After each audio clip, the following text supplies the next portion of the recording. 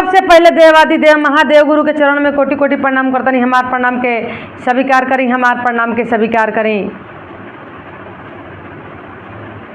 माँ भगवती गौरी गणेश के चरण में कोटि कोटि प्रणाम करतनी। हमार प्रणाम के स्वीकार करी, हमार प्रणाम के स्वीकार करी।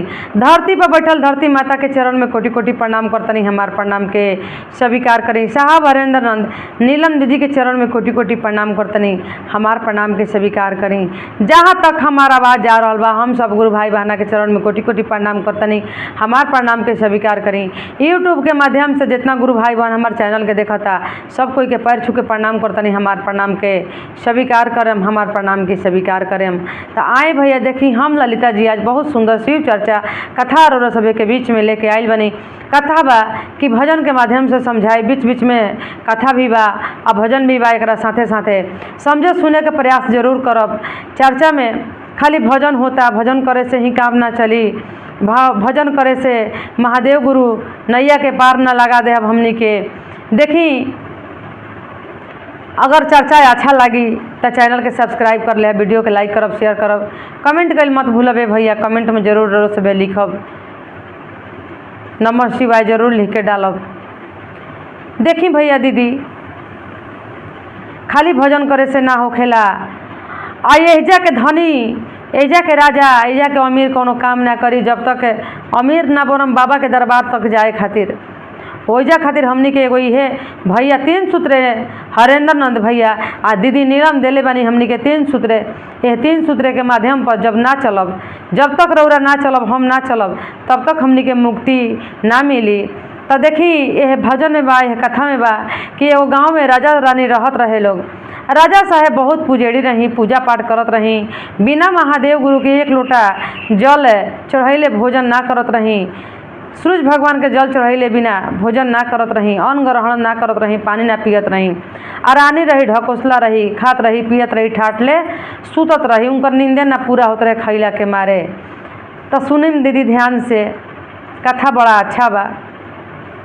राजा साहेब रोज रोज कहत रही कि ये रानी तूहू तनी पूजा पाठ कर ना, तोहरो पुण्य मिली। रानी कहस कि हमरा का के कमी बा कि हम पूजा पाठ करी, तू ही कर, हमरो पुण्य मिल जाई। राजा साहेब कहत रही कि ना ये रानी तूहू अपना हाथ से तनी 1 लोटा जल चढ़ा ल महादेव गुरु के, तनी मुँह से भजन कीर्तन कर ल। बिना भजन के, बिना भाव के भगवान ना सुनीला। तनी भजन कर ल ये रानिया, बाबा के दरबार तक जाए खातिर तनी मुनी भजनमा कर ल।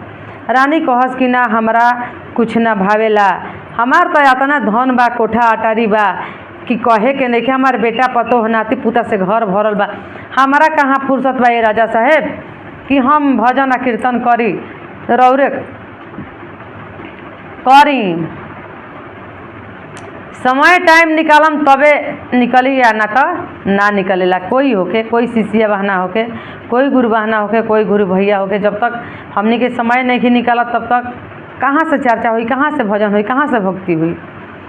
जैसे ही वो रानी रही कि समय ना निकाल पावत रही। आई है बतिया राजा साहेब जब कहीं तब कह देस, कह जाला कि 1 लोटा जल समस्या के निदान होखेला। तसही ना जल चढ़ावस, ना पूजा करस, आ ना गुरु के भजन भक्ति करत रही। रोज रोज राजा साहेब जगावत रहन। रानी कहस कि हमरा के रौरा जगाई मत, हमार नींद पूरा हो जाए दही। हमारा नहीं के करे के रौरा करिए राजा साहेब, हमरा के काहे डिस्टर्ब करतनी। आ रोज रोज राजा साहेब 4 बजे भोर में नहा के आ बाबा के जल चढ़ा के आ कीर्तन भजन करे लाग जात रही। कोई होके हमनी के होखे तनी, जा हम बानी, रौरा बानी, कोई बा संसार में आदमी अगर 4 बजे भोर में स्नान करके आ भगवान के ध्यान धरी जा तो सुनवाई जरूर होखी। घर बैठले रौरा फल मिल जाई, सारा काम रौर पूरा करम महादेव गुरु। ये से सब कोई के नहाए के चाहिए, पूजा पाठ करे के चाहिए 4 बजे 5 बजे के बीच में। जितना जल्दी रौरा करी पूजा उतने सुनवाई रहला भगवान के। काहे कि भगवान सब देवता देवी एहजे रहेला, अभी भी एहजे बा। पूरे दिन हमनी के हृदय में ही बा, हमनी के घर में ही बानी देवता देवी। लेकिन कहे के मतलब बा कि 4 बजे भोर में भगवान सगरो घूमिला फिरिला आ वही घड़ी के आवाज़ उनकरा कान तक पहुँचेला महादेव गुरु के। काहे कि जत से सुबह होखी, जतने सुबेरा होखी उतने आदमी के जागरण होखी, सब लोग जागे लागेला तो आवाज़ देवता देवी के कान में गूंजे लागला सबके आवाज़। तो कतना आवाज़ सुनाई दी, कोई गलत करता, कोई सही करता, कोई कुछ करता, कोई अच्छा करता, कोई बुरा करता। तो कोई होके हमनिए के बन जा, एगो बच्चा शरीफ बा आ एगो बदमाशी करता, तो बदमाशी के ऊपर ध्यान जल्दी जाला कि देखा वो चीज़वा गिरा के फोड़ मत देवे, तोड़ मत देवे, बदमाशी करता, ओकरा ऊपर ध्यान जाला। जौन अच्छा करेला ओकरा के छोड़ दऊ तो अच्छा से बढ़ले बा। तो ए के चलते सुबेरा उठ के जितना सवेरा उठी आ जितना जल्दी पूजा पाठ करे के प्रयास करी। काहे कि एह पूजा के भगवान के आरती दिया के कान में आवाज़ जाई आ सुगंधित धूप के भगवान तक पहुँची। इस जितना सवेरा पूजा पाठ करे के कोशिश करी। राजा साहेब ऐसे ही सवेरे में पूजा पाठ अपना उठ जात रही, करे लागत रही, रानी के जगावे लागत रही कि उठे रानी। रानी उठे के नामो निशान ना लेत रही। राजा साहब कहत रही कि तनी सुन पुनवा तुहू ले जा हो जाए खातिर, एजा के धनवा तहरा कौनो काम ना करिए रानी। रानी कहस कि ना, हम एजे हाथना महल अटारी भरल बा, हमरा कौन काम बा ई सब कइला के, रौरे करी, हमरा नींद पूरा करे दही। छोड़ दे राजा साहब का करस बेचारा, कहीं बनू बड़ान। राजा जगावस ऐसे कहस रानी से, अरे 4 बजे भोरवा में राजा जी जगवलन उठाए रानिया। बड़ा भाव से कहत तनी राजा साहेब, 4 बजे भोरवा में राजा जी जगवले उठाए रानिया। अरे उठाए रानिया, करिला गुरु के भजनिया उठाए रानिया, करिला गुरु के भजनिया उठाए रानिया। 4 बजे भोरवा में राजा जी जगवले उठाए रानिया। अरे उठाए रानिया, करिला गुरु के भजनिया उठाए रानिया, करिला गुरु के भजनिया उठाए रानिया। काई हम करी राजा जी गुरु के भजनिया बहुत हो बाड़े ना। काई हम करी राजा जी गुरु के भजनिया बहुत हो बाड़े ना। अरे बहुत हो बाड़े ना, हमारे धन दौलतिया बहुत हो बाड़े ना, हमारे महलय टरिया बहुत हो बाड़े ना। काई हम करी राजा जी गुरु के भजनिया बहुत हो बाड़े ना। अरे बहुत हो बाड़े ना, हमार धन दौलतिया बहुत हो बाड़े ना, हमार महलय टरिया बहुत हो बाड़े ना। महलय टरिया रानी है रही जई है हो अकेले जियारा। महलय टरिया रानी है रही जई है हो अकेले जियारा। तोहार जई है मृत धममा होय केले जियारा। तोहार जई है मृत लोकवा होय केले जियारा। धन संपत्तिया रानी जे रही जई है हो अकेले जियारा। धन संपतिया रानी यही जे रही जइहे हो अकेले जियारा। अरे अकेले जियारा तोहार जइहे मेर त धममा होय अकेले जियारा। तोहार जइहे मेर त धममा होय अकेले जियारा। 4 बजे भोरा में राजा जी जगवले उठे रानिया।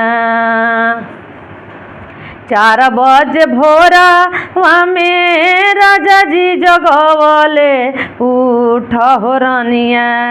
अरे उठ हो रानिया करिल गुरु के भजनिया उठे रानिया। करिल गुरु के भजनिया उठे रानिया। काई हम करी राजा जी गुरु के भजनिया बहुत हो बाड़ना।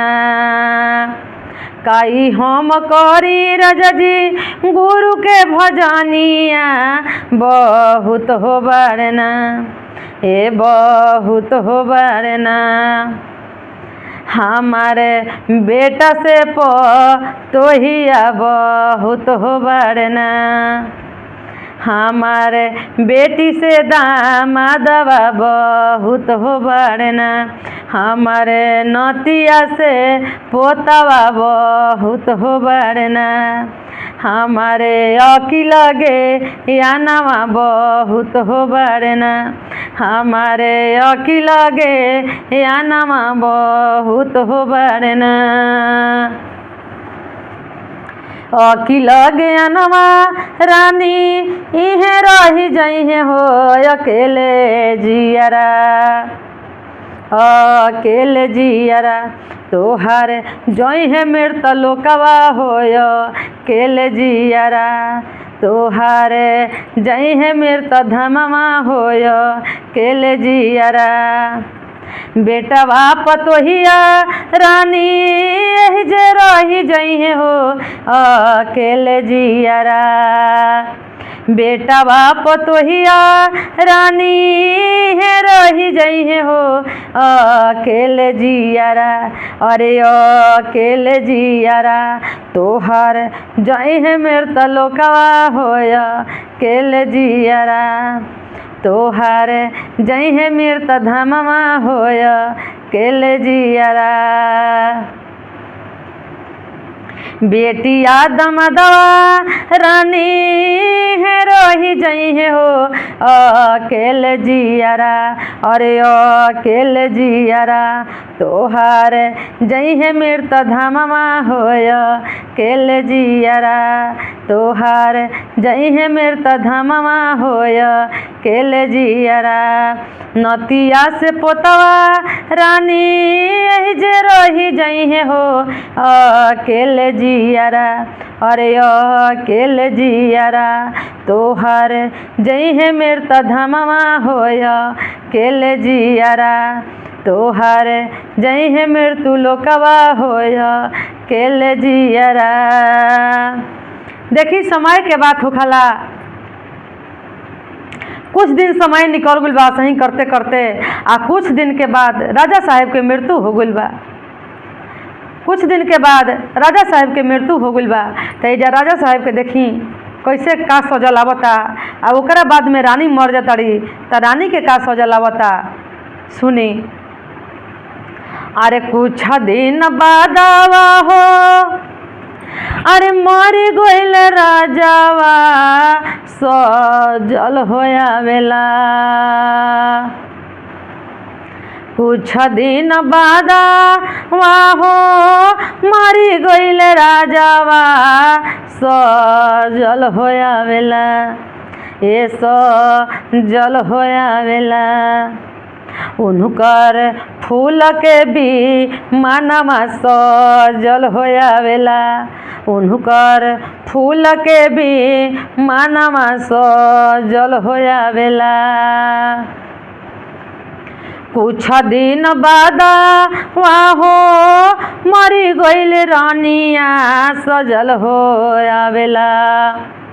कुछ दिन बाद वाहो रानी मरी गईली सजल हो आवेला। उनकर रेगनी के कांटवा सो जल हो आवेला। उनकर रेगनी के कांटवा सो जल हो आवेला।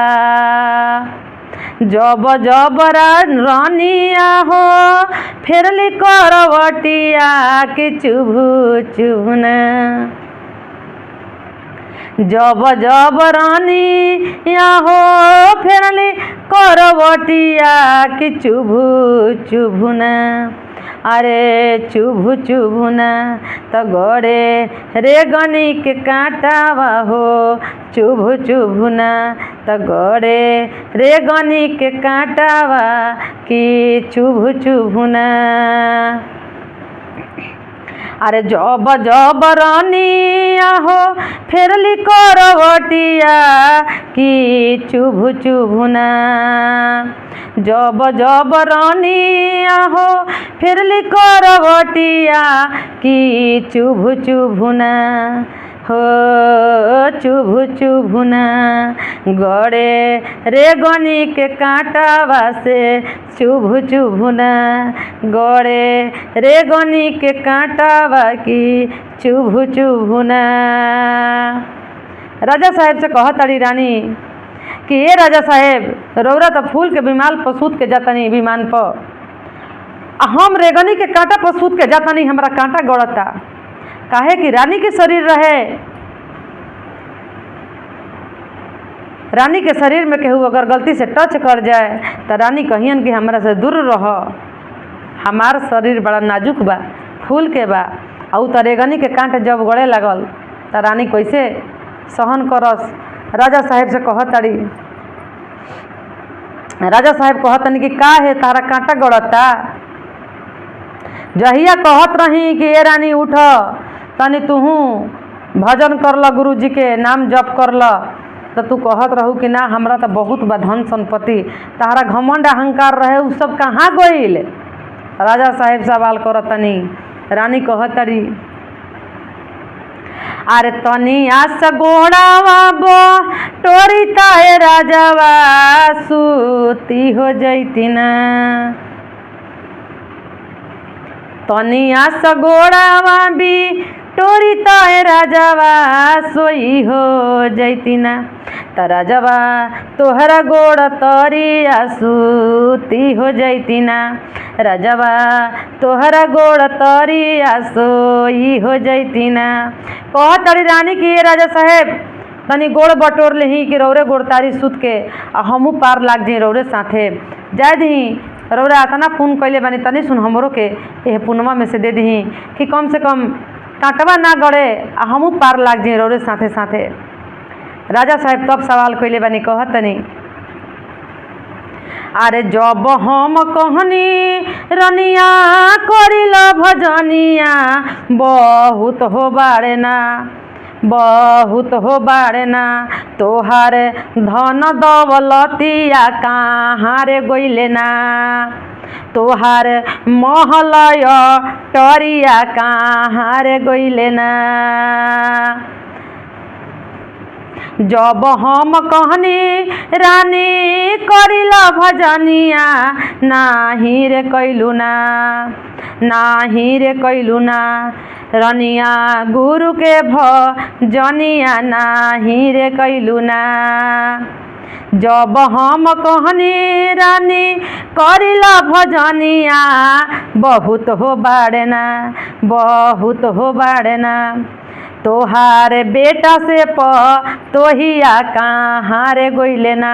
तोहार बेटी से दामादवा कहाँ रे गइले ना। तोहार नतिया से पोतावा कहाँ रे गइले ना। तोहार अकिल ज्ञानवा कहाँ रे गइले ना। तोहार अकिल ज्ञानवा कहाँ रे गइले ना। ऐसे अपना आप के ही ना सोचे के चाही कि हम बहुत धन सेठ बनी, धनवान बनी, राजा रानी बनी। हमारा कभी कोई चीज़ के तकलीफ ना होई। अरे ओइजा जाए खातिर अपन अपन उपाय करी, हमहू अपन उपाय करब। ऐसे सब कोई के कहतनी कि भैया जौन सूत्र दिले बानी ये 3 सूत्र के माध्यम से चले के प्रयास करी और सच्चा दिल से कोई के ऊपर नियत खराब करके ना, भाई होखो, बहन होखो, गांव घर के बेटी बहन होखो, चाहे केहू के कोई होखे, अपन माँ समान अपन बहन समान समझ के चली। भाई से नियत खराब करके मत चलब, भाई से कभी बेईमानी करे के नियत में ना रखब। भगवान देवे वाला हवन, अपने आप महादेव गुरु देहब। बस महादेव गुरु के भक्ति करत रही, भजन करत रही, कीर्तन करत रही, केहू लगे रौरा बैठे के जरूरत नहीं है। अपने आप में रही, अपना महादेव के जपत रही, बहुत मन लागेला, सारा दुख दूर हो जाला। महादेव गुरु के शरण में रहो। हर हर महादेव, हर हर महादेव, हर हर महादेव। श्री शंभु, श्री शंभु, श्री शंभु।